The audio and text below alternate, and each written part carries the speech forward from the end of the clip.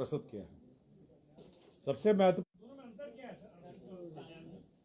38 agenda है और 2 मंत्रिपरिषद के सदस्य भी रख सकते हैं एक्स्ट्रा एजेंडा, तो कुल 40 मामले हैं। सबसे महत्वपूर्ण मामला जो आज मंत्रिपरिषद के समक्ष विचारार्थ आया वह है कि दो आरक्षण अधिनियम हैं। पहला वाला है बिहार पदों एवं सेवाओं की रिक्तियों एवं आरक्षण अनुसूचित जाति, अनुसूचित जनजाति एवं अन्य पिछड़ा वर्ग अधिनियम 1951 में तथा संशोधित बिहार अधिनियम 17/2002 एवं संशोधित अधिनियम 19/2023, साथ ही साथ जो शैक्षणिक संस्थाओं का भी 2023 में जो आरक्षण अधिनियम है, इन दोनों को भारत के संविधान 9वीं सूची में शामिल करने हेतु राज्य सरकार की अनुशंसा भेजने का निर्णय हुआ। इसका मतलब यह हुआ कि दोनों जो बिल पास हुए, फिर एक्ट नोटिफाई हुआ, कल ही एक्ट नोटिफाई हुए हैं, इन दोनों एक्ट को भारतीय संविधान के 9वीं सूची 9th शेड्यूल में इसको शामिल करने के लिए राज्य सरकार ने यह निर्णय लिया कि भारत सरकार को इसको भेजा जाए। 9th शेड्यूल का मतलब यह है कि वह उस 9th शेड्यूल में वैसे अधिनियम हैं, एक्ट हैं, जिस पर न्यायालय का हस्तक्षेप नहीं होता है। उदाहरण स्वरूप जो आरक्षण का अधिनियम है, जो तमिलनाडु सरकार का अपना अधिनियम है, वह 50% से ऊपर का आरक्षण है, जो 9th शेड्यूल में वह अंकित है 1994 में। तो बिहार सरकार का भी 50% से ऊपर आरक्षण है। आपको जानकारी होगा 65% आरक्षण जातीय आधार पर है और 10% जो इनकम आधार पर 10% का आरक्षण है सामान्य श्रेणियों के लिए। कुल 75% आरक्षण है। तो इन दोनों अधिनियमों को संविधान के 9th शेड्यूल में रखने, 9वीं सूची अधिसूची में शामिल करने के लिए राज्य सरकार ने भारत सरकार को भेजने की अनुशंसा की है। तो ये निर्णय महत्वपूर्ण निर्णय है कैबिनेट का, ताकि इस पर न्यायालय का हस्तक्षेप, जो 9th शेड्यूल है उसमें न्यायालय में विचाराधीन ये मामले नहीं होते हैं। तो यह एक महत्वपूर्ण निर्णय है जो कैबिनेट ने लिया। वो कॉन्स्टिट्यूशनल अमेंडमेंट होता है। कॉन्स्टिट्यूशनल अमेंडमेंट 9th शेड्यूल में पार्लियामेंट से अमेंड होता है। नहीं, जो 9th शेड्यूल है, आपको तो आप जानकारी होगी, जो 9th शेड्यूल के मामले हैं वह न्यायालय में विचारार्थ नहीं रहते हैं। तो ये है 9th शेड्यूल के आइटम्स हैं। तो इसको भी 9th शेड्यूल में रखने का अनुशंसा भेजा गया। ये पार्लियामेंट को ही पावर है, पार्लियामेंट ऑफ इंडिया को। 9th शेड्यूल में जो आइटम्स हैं उसमें न्यायालय में विचार नहीं किए जाते हैं। तमिलनाडु का एक्ट उसी 9th शेड्यूल में है। अकेला एक राज्य है जिसका 9th शेड्यूल में है। दूसरे 2 अन्यान बिंदु हैं, मैं जानकारी देना चाहता हूं अन्य जो सामान्य एजेंडा शुरू होने से पहले। पहला अन्य एजेंडा में माननीय मुख्यमंत्री को कैबिनेट ने धन्यवाद दिया जो आरक्षण अधिनियम अधिसूचित हुआ। दोनों अधिनियम जो अधिसूचित हुए हैं उसके लिए मंत्रिपरिषद ने उनको धन्यवाद दिया। ये पहला अन्यान बिंदु था। और दूसरा अन्यान बिंदु यह था कि जो राज्य सरकार को जो जातिगत गणना के आधार पर जो 3 योजनाएं स्वीकृत की गई, पहली है जो 2 लाख रुपए प्रति गरीब परिवार को जो दिया जाना है, उसके लिए जो व्यय होगा, साथ ही साथ जो जीविका के माध्यम से जो सतत जीविका उपार्जन योजना में 1 लाख से बढ़ा के 2 लाख किया जाना है, और साथ ही साथ जो सभी आवासहीन परिवारों को जो भूमिहीन परिवारों को आवास एवं भूमि दिया जाना है, उसमें 2,50,000 करोड़ का व्यय होना है। इतनी बड़ी राशि के लिए यह आवश्यक है कि राज्य को विशेष राज्य का दर्जा मिले ताकि जल्दी हो सके। मंत्रिपरिषद में यह भी विचार आया कि इस पर काफ़ी दिन से, जब से 2010 से इस पर बार बार केंद्र सरकार को अनुरोध किया जा रहा है, और अंतिम बार 2017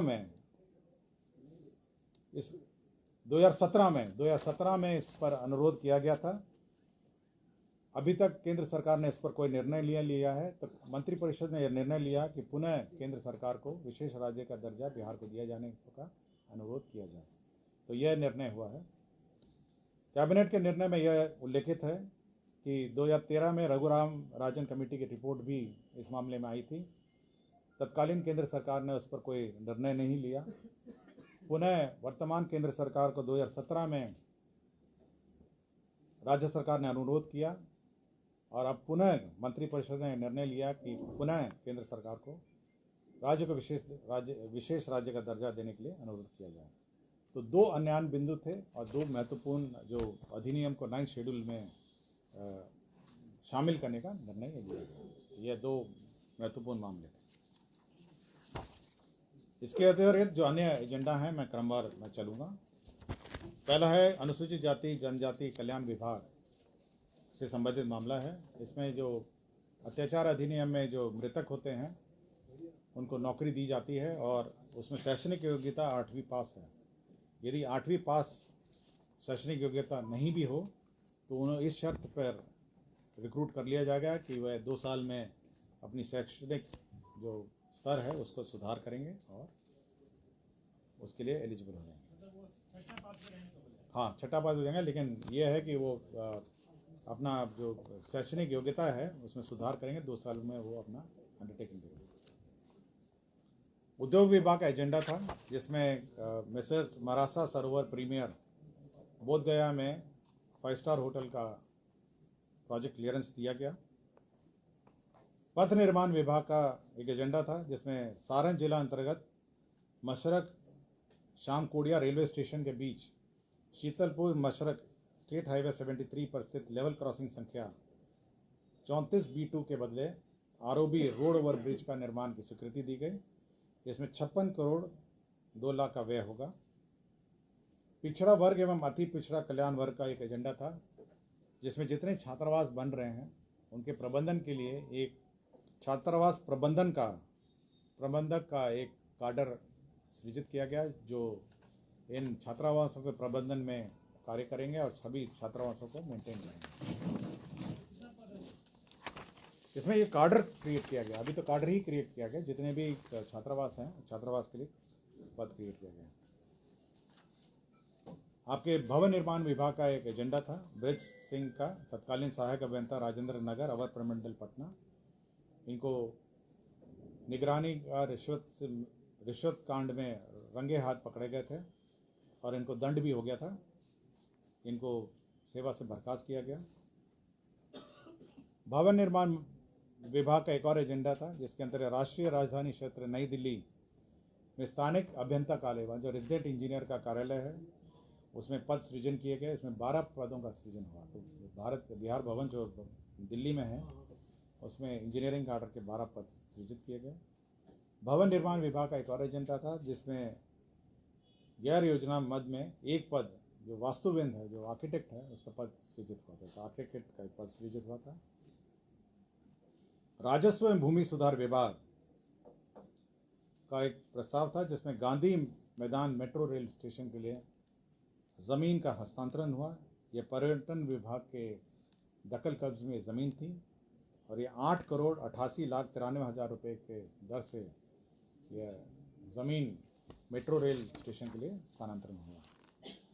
राजस्व एवं भूमि सुधार विभाग का एक और एजेंडा था जिसमें सॉलिड वेस्ट मैनेजमेंट रूल्स 2016 के अनुपालन के लिए उसका प्रसंस्करण लैंडफिल साइट के लिए भूमि उपलब्ध कराने का निर्णय हुआ। निःशुल्क अंतर्विभागीय हस्तांतरण। लोक स्वास्थ्य अभियंत्रण विभाग के अंतर्गत एक एजेंडा था जिसमें पंप ऑपरेटर एवं इलेक्ट्रीशियन के पूर्व सृजित पदों को अंचल स्तरीय पंप ऑपरेटर इलेक्ट्रीशियन में वर्णित पद सोपान अनुरूप संवर्ग पुनर्गठन का निर्णय लिया। इसमें 1 करोड़ 86 लाख 62 हज़ार रुपये की स्वीकृति हुई। तो पंप ऑपरेटर एवं इलेक्ट्रीशियन का पद सृजन हुआ। विज्ञान एवं प्रौद्योगिकी विभाग का एक एजेंडा था जिसमें भोपाल जिला अंतर्गत स्थापित राजकीय अभियंत्रण महाविद्यालय गोपालगंज के निर्माण कार्य के पूर्व स्वीकृत योजना की लागत 73 करोड़ 13 करोड़ को बढ़ाकर 97 करोड़ 16 लाख 53 हज़ार रुपये ये रिवाइज्ड एस्टिमेट सैंक्शन हुआ। विज्ञान प्रौद्योगिकी तकनीकी विभाग में सभी राजकीय अभियंत्रण महाविद्यालय पॉलिटेक्निक संस्थाओं में एक सोसाइटी बनाने का निर्णय लिया। तो हर कॉलेज का एक अपना सोसाइटी रहेगा, जिसमें एक मैनेजमेंट सोसाइटी है, एक एग्जीक्यूटिव बॉडी होगी, जनरल बॉडी होगी, जो उस अभ्यंतरण विद्यालय का मैनेजमेंट देखेगा। वित्त विभाग ने सभी सरकारी कर्मी मंत्री सहित मोबाइल जो क्रय का दर है उसमें संशोधन किया है, मोबाइल फ़ोन के दर में। वित्त विभाग के एक और एजेंडा था जिसमें मैं आपको रेट्स बता दूंगा, वो सर्विस किस किस को क्या दर है, मैं रेट का सूची आपको उपलब्ध करा दूंगा। वित्त विभाग के का वैसे मामले जो 1/9/2005 के पूर्व अभ्यर्थी पुरानी पेंशन योजना में तहत थे और 1/9/2005 के बाद जो बाद ज्वाइनिंग किए, एडवर्टाइजमेंट पुराना था लेकिन ज्वाइनिंग बाद में, ये बार बार नई पेंशन योजना और पुरानी पेंशन योजना का कन्फ्यूजन रहा है। तो ये कहा गया कि जिस वर्ष में एडवर्टाइजमेंट था उस वर्ष का जो पेंशन योजना है, पुरानी पेंशन योजना होगी तो पुरानी पेंशन योजना दी जाएगी। कौन सा?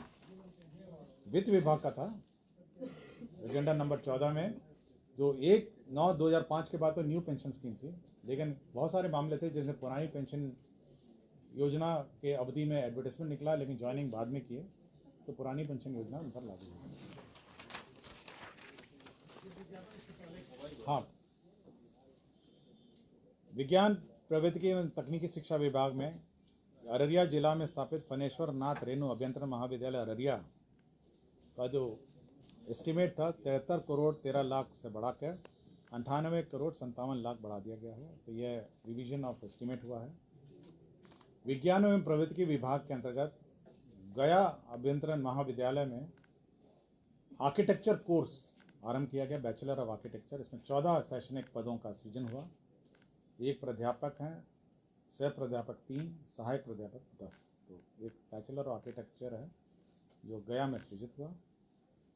वित्त विभाग का ये सभी कर्मचारियों के लिए सूचना है कि जो डीए दर है 42 से बढ़ाकर 46% कर दिया गया। तो 42 कौन सा डीए वाले में चंदा नंबर 17 दीजिए, हम आपको बता देते हैं।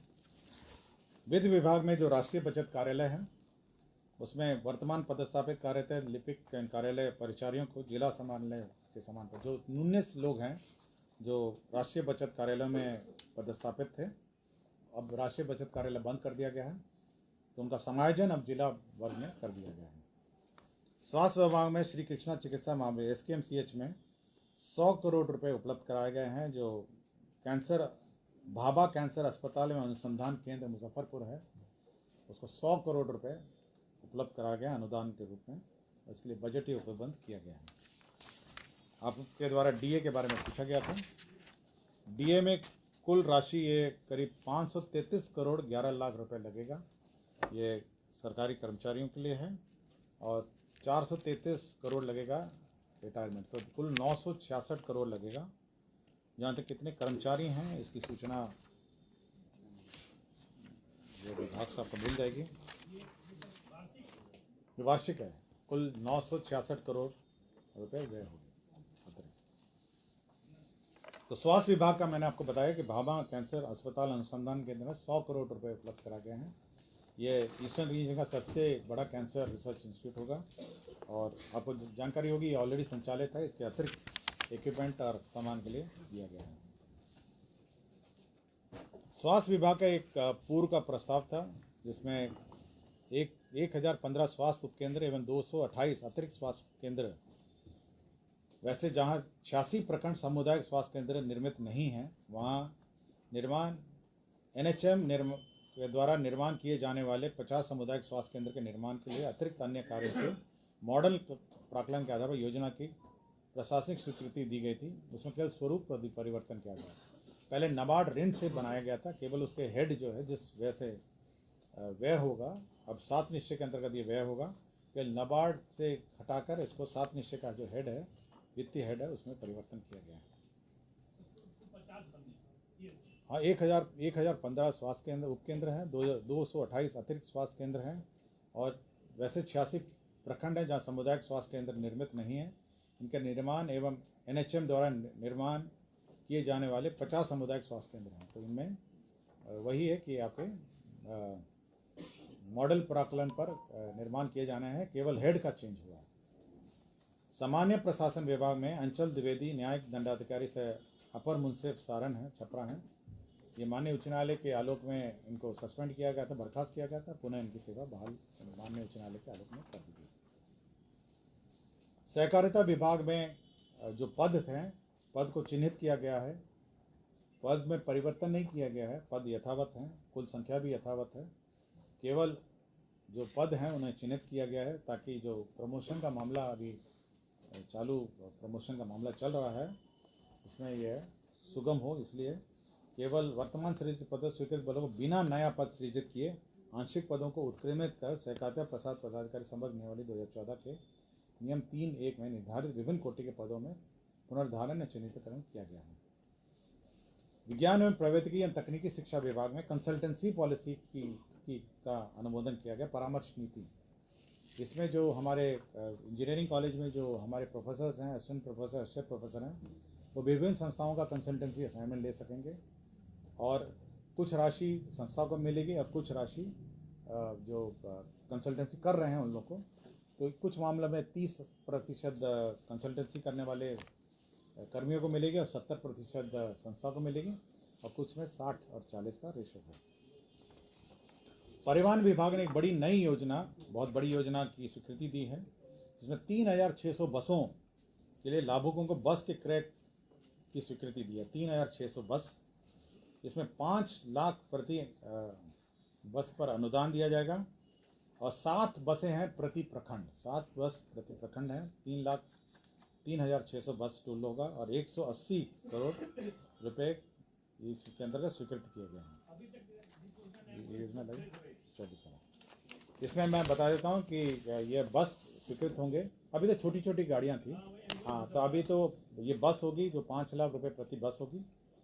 3,600 बसें स्वीकृत होंगी और प्रत्येक प्रखंड में जो 7 लाभुक होंगे उसमें 2 अनुसूचित जाति वर्ग के होंगे, 2 अत्यंत पिछड़े वर्ग के होंगे, 3 एक पिछड़ा वर्ग का होगा, 1 अल्पसंख्यक का होगा और 1 लाभुक सामान्य वर्ग का होगा। 7 लोग होंगे, 7 में 2 अनुसूचित जाति, 2 अत्यंत पिछड़ा वर्ग, 1 पिछड़ा वर्ग, 1 अल्पसंख्यक और 1 सामान्य वर्ग के लाभुक होंगे। तो 7 लोग होंगे इसमें, तो 7 लोग एक प्रखंड के और कुल 3,600 बस होंगे।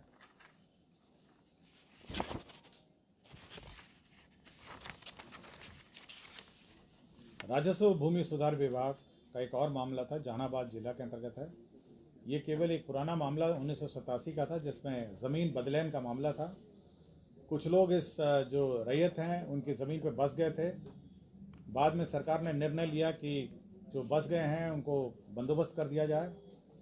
यह उग्रवाद प्रभावित क्षेत्र था उस वक्त, और जिस पर जो वर्तमान रैयत हैं जिनकी ज़मीन थी वह सरकारी भूमि पर बस गए थे, तो अब यह निर्णय लिया कि अब उन जो सरकारी ज़मीन पर बस गए हैं 36 डेसिमल गृह और मौजूदा मालिक भूमि है। बच्चू सिंह हैं, पिता स्वर्गीय रामविलास सिंह, ललन सिंह है, पिता स्वर्गीय सुखदेव सिंह, और उपेंद्र सिंह है, पिता स्वर्गीय सत्यनारायण सिंह। इनको बंदोबस्त कर दिया जाए। उद्योग विभाग द्वारा बिहार की लॉजिस्टिक पॉलिसी स्वीकृत कर दी गई है। तो इस लॉजिस्टिक पॉलिसी के अंतर्गत जो हमारे लॉजिस्टिक पार्क हैं उसके लिए अनुदान की स्वीकृति दी गई है। साथ ही साथ मैं सारे कंपोनेंट पढ़ देता हूँ किस किस मामलों में दी गई है। इसमें लॉजिस्टिक पार्क के लिए दी गई है, लॉजिस्टिक यूनिट्स के लिए दी गई है, मल्टी मॉडल लॉजिस्टिक पार्क के लिए दी गई है। इसमें सभी में जो हमारे इस विशेष की नीति के अंतर्गत जो बिहार इंडस्ट्रियल पॉलिसी 2016 है वो दिया जाएगा, और साथ ही साथ जो कैपिटल सब्सिडी है वो करीब 10% है, विभिन्न लिमिट्स के अंतर्गत है। 10% का लिमिट है, और किसी में 10 करोड़ का लिमिट है, किसी में 2 करोड़ का लिमिट है, किसी में 3 करोड़ का लिमिट है, किसी में 1 करोड़ का लिमिट है। बहुत सारे डिटेल्स हैं। तो विभिन्न प्रकार के जो लॉजिस्टिक यूनिट हैं उसके लिए बिहार लॉजिस्टिक पॉलिसी स्वीकृत की गई है। लॉजिस्टिक पार्क है, लॉजिस्टिक यूनिट्स है और मल्टी मॉडल लॉजिस्टिक पार्क है। यदि किसी को डिटेल चाहिए तो मैं अलग से इसको उपलब्ध करा दूँगा। ग्रामीण कार्य विभाग में जो हमारे जो नए कार्य शुरू हुए हैं, बहुत सारे वर्कलोड भी बढ़ गया, कार्य भी बढ़ गया है। उसके लिए पद सृजन का प्रस्ताव था। इसके अंतर्गत बड़ी संख्या में पद 2261 पद का सृजन हुआ है। इसमें सबसे बड़े जो पद हैं वे बेसिकली निम्न वर्गीय लिपिक हैं, क्लर्क ग्रेड के 425 हैं। 2261 पद क्रिएट हुए हैं। इसमें प्रयोगशाला सहायक है 42 और शोध सहायक है 102। तो इसमें जो क्वालिटी कंट्रोल है उसके लिए मेजर पद सृजित हुए हैं। साथ ही साथ पद कार्य प्रभारी हैं, सभी पदों के कार्य प्रभारी हैं। उसमें 1069 इसमें स्वीकृत हुए हैं और साथ ही साथ मल्टीटास्किंग प्रचारी 382 हैं। साथ ही साथ कार्य अंचल दरभंगा में कुछ परिवर्तन किए गए हैं और कार्य अंचल समस्तीपुर, उन दोनों कार्य प्रमंडलों में संशोधन भी किए गए हैं। तो 2261 पद नए सृजित किए गए हैं ग्रामीण कार्य विभाग में। स्वास्थ्य विभाग के अंतर्गत इंदिरा गांधी आयुर्वेदिक संस्था में जो हमारे प्रधानमंत्री स्वास्थ्य सुरक्षा निधि योजना के अंतर्गत पोस्ट ग्रेजुएट पढ़ाई के लिए जो इंफ्रास्ट्रक्चर क्रिएट किए जाने हैं, उसके अंतर्गत 138 करोड़ 138 रुपये 1 अरब 38 करोड़ की योजना स्वीकृत हुई। ये 60-40 के हिसाब से 60-40 है, जिसमें 82 करोड़ 80 लाख है केंद्र अंश है और 55 करोड़ 20 लाख है ये राज्य अंश है। तो 60-40 के अंतर्गत ये योजना स्वीकृत हुई है। सूचना एवं प्रौद्योगिकी विभाग में जो राइट ऑफ वे का प्रावधान था, जो अग्रीमेंट हम लोगों ने 2013 में किया था, इसके अंतर्गत पंचायत स्तर तक जो right of way connectivity, broadband connectivity के लिए हमने राइट ऑफ वे का अग्रीमेंट किया गया था कि सरकार इसमें मदद करेगी और निःशुल्क रहेगा। इसको अब हम लोग पंचायत को हटा के अब गांव स्तर तक इसको राइट ऑफ वे ले जाने का निर्णय लिया है। उसी में राइट ऑफ वे का अग्रीमेंट में संशोधन है। विधि विभाग के अंतर्गत माननीय उच्च न्यायालय पटना में स्थापना में 110 पदों में से 55 पदों को अभिलेख लिख के वेतन स्तर के पद पर उत्क्रमित किया गया। तो वेतन स्तर 3 था, उसको 4 में इंक्रीज किया गया। 110 पद में से 55 पदों को अपग्रेड किया गया है। दूसरा एक और विधि विभाग का प्रस्ताव था, माननीय उच्च न्यायालय पटना की स्थापना में सुभाष सेल, ये तो अनुवादक, ये ट्रांसलेशन सेल हैं, 60 पद हैं। अनुवादक से प्रूफ रीडर हैं 20 पद हैं। कुल 80 पदों का इन्होंने सैंक्शन किया। तो ये ट्रांसलेशन पद है, 60 पद अनुवादक का है, अनुवादक से प्रूफ रीडर 20 हैं, तो केवल 80। ऊर्जा विभाग की बड़ी योजना सैंक्शन हुई है आज। यह बहुत बड़ी योजना है, 1810 करोड़ की योजना है। और ये कजरा लखीसराय में यह power generation unit, solar power generation unit की स्थापना है। 253.85 मेगावाट आवर बैटरी ऊर्जा भंडारित। ये एक्चुअली क्या है, ये अन्य ऊर्जा जो सोलर पावर प्लांट है उनसे भिन्न है। इसमें सोलर पावर पैनल भी रहेगा और बैटरी भी रहेगी इसमें। तो जो दिन में जो एनर्जी जनरेट होगी वो ग्रिड में तो जाएगी, साथ ही साथ बैटरी भी इसमें चार्ज हो जाएगी। और जब पीक आवर होगा, जब आवश्यकता होगी, जब सूरज नहीं रहेगा, तो इस बैटरी के माध्यम से 253.85 मेगावाट आवर का यूनिट का स्थापना हुई है। इसमें 1810 करोड़ का व्यय होगा, जिसमें 80% फाइनेंशियल इंस्टीट्यूशन से लोन का है और 20% राज्य सरकार देगी। तो 80-20 पर है और 1810 करोड़ की योजना है। राजस्व भूमि सुधार विभाग का एक और योजना था, जिसमें अंतर विभागीय हस्तांतरण का जमीन हस्तांतरण है।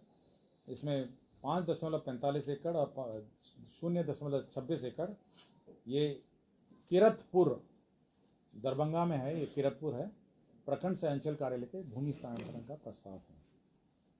निर्वाचन विभाग का आगामी निर्वाचन 2024 में जो मत पत्रों का मुद्रण होना है, उसके लिए सरस्वती प्रेस को नॉमिनेशन के आधार पर दिए जाने का निर्णय लिया गया। जो प्रिंटिंग है मतपत्रों का। वाणिज्य कर विभाग का एक प्रस्ताव था। आपको जानकारी होगी, चिड़िया खाना करके एक फिल्म आई है, चिल्ड्रन फिल्म आई है, और चिड़िया खाना फिल्म में यह फिल्म बच्चों पर आधारित है और विशेषकर बिहार के बच्चे पर आधारित है और बिहारी किशोर लड़के के आधारित है, जो मुंबई में अपने को स्थापित करने के लिए जद्दोजहद करता है। और यह बिहारी बाल फिल्म है। इसके प्रोड्यूसर भी, निदेशक भी बिहारी हैं। और इस फिल्म को कर मुक्त हो जाने से न सिर्फ बिहार के स्कूली बच्चों को सीधी लाभ होगी, अन्य फिल्माघर में भी निर्माण होगा। तो ये बच्चों को ये टैक्स फ्री करने के उद्देश्य से जो टैक्स पेमेंट होगा उसका रीइंबर्समेंट राज्य सरकार ने करने का निर्णय लिया है। टेक्निकली ये टैक्स फ्री होगी और क्योंकि टैक्स फ्री का प्रावधान नहीं है इसलिए जो टैक्स भुगतान होगा उसको वापस कर दिया जाएगा। और सामान्य प्रशासन का अंतिम 2 एजेंडा मैंने सबसे पहले लिया गया था। इसमें बिहार शैक्षणिक संस्थाओं नामांकन में आरक्षण का जो अधिनियम है और सरकारी सेवा में रिक्तियों का जो अधिनियम है इसको 9th शेड्यूल में भेजने के लिए राज्य सरकार ने भारत सरकार को भेजने का निर्णय लिया। यदि किसी को किसी बिंदु पर पूछना हो तो हमसे पूछ सकते हैं।